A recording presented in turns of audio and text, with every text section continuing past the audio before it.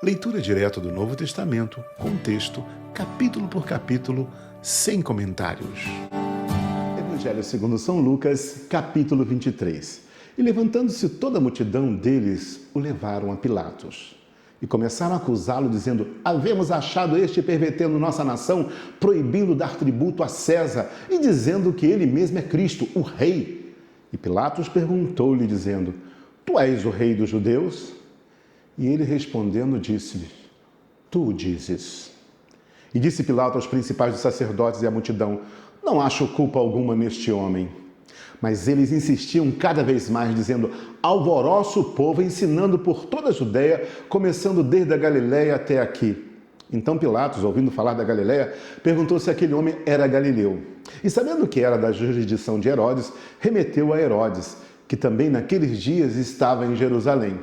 E Herodes, quando viu a Jesus, alegrou-se muito, porque havia muito que desejava vê-lo, por ter ouvido dele muitas coisas, e esperava que ele veria fazer algum sinal. Interrogava com muitas palavras, mas ele nada lhe respondia. E estavam os principais dos sacerdotes, os escribas, acusando com grande veemência. E Herodes, com os seus soldados, desprezou e, escarnecendo dele, vestiu de uma roupa resplandecente e tornou a enviá-lo a Pilatos.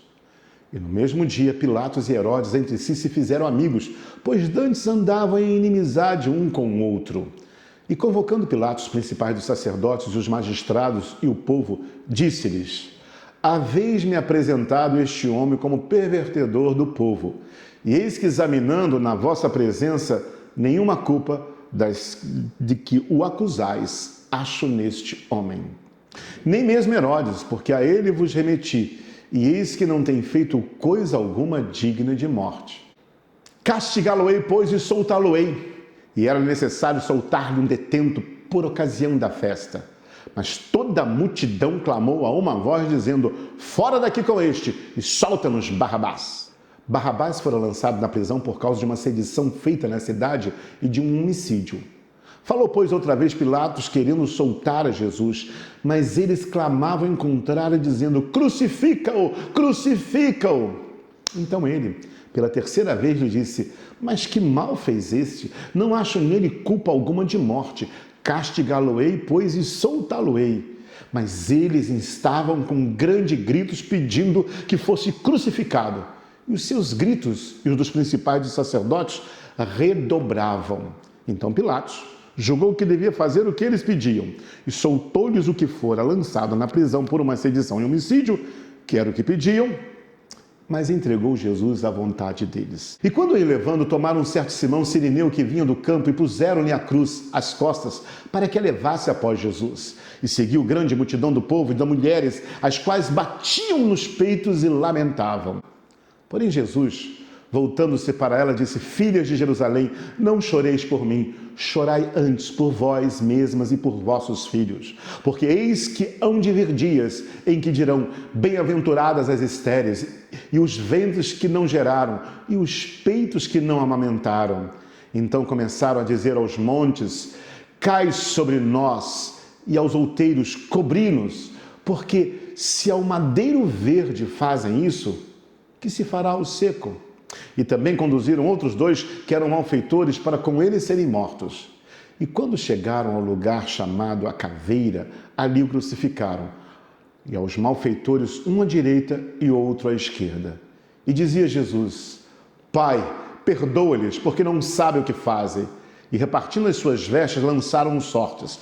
E o povo estava olhando, e também os principais zombavam dele, dizendo: aos outros salvou, salve-se a si mesmo, se este é o Cristo, o escolhido de Deus. E também os soldados escarneciam dele, chegando-se a ele, apresentando-lhe vinagre, e dizendo: se tu és o rei dos judeus, salva-te a ti mesmo.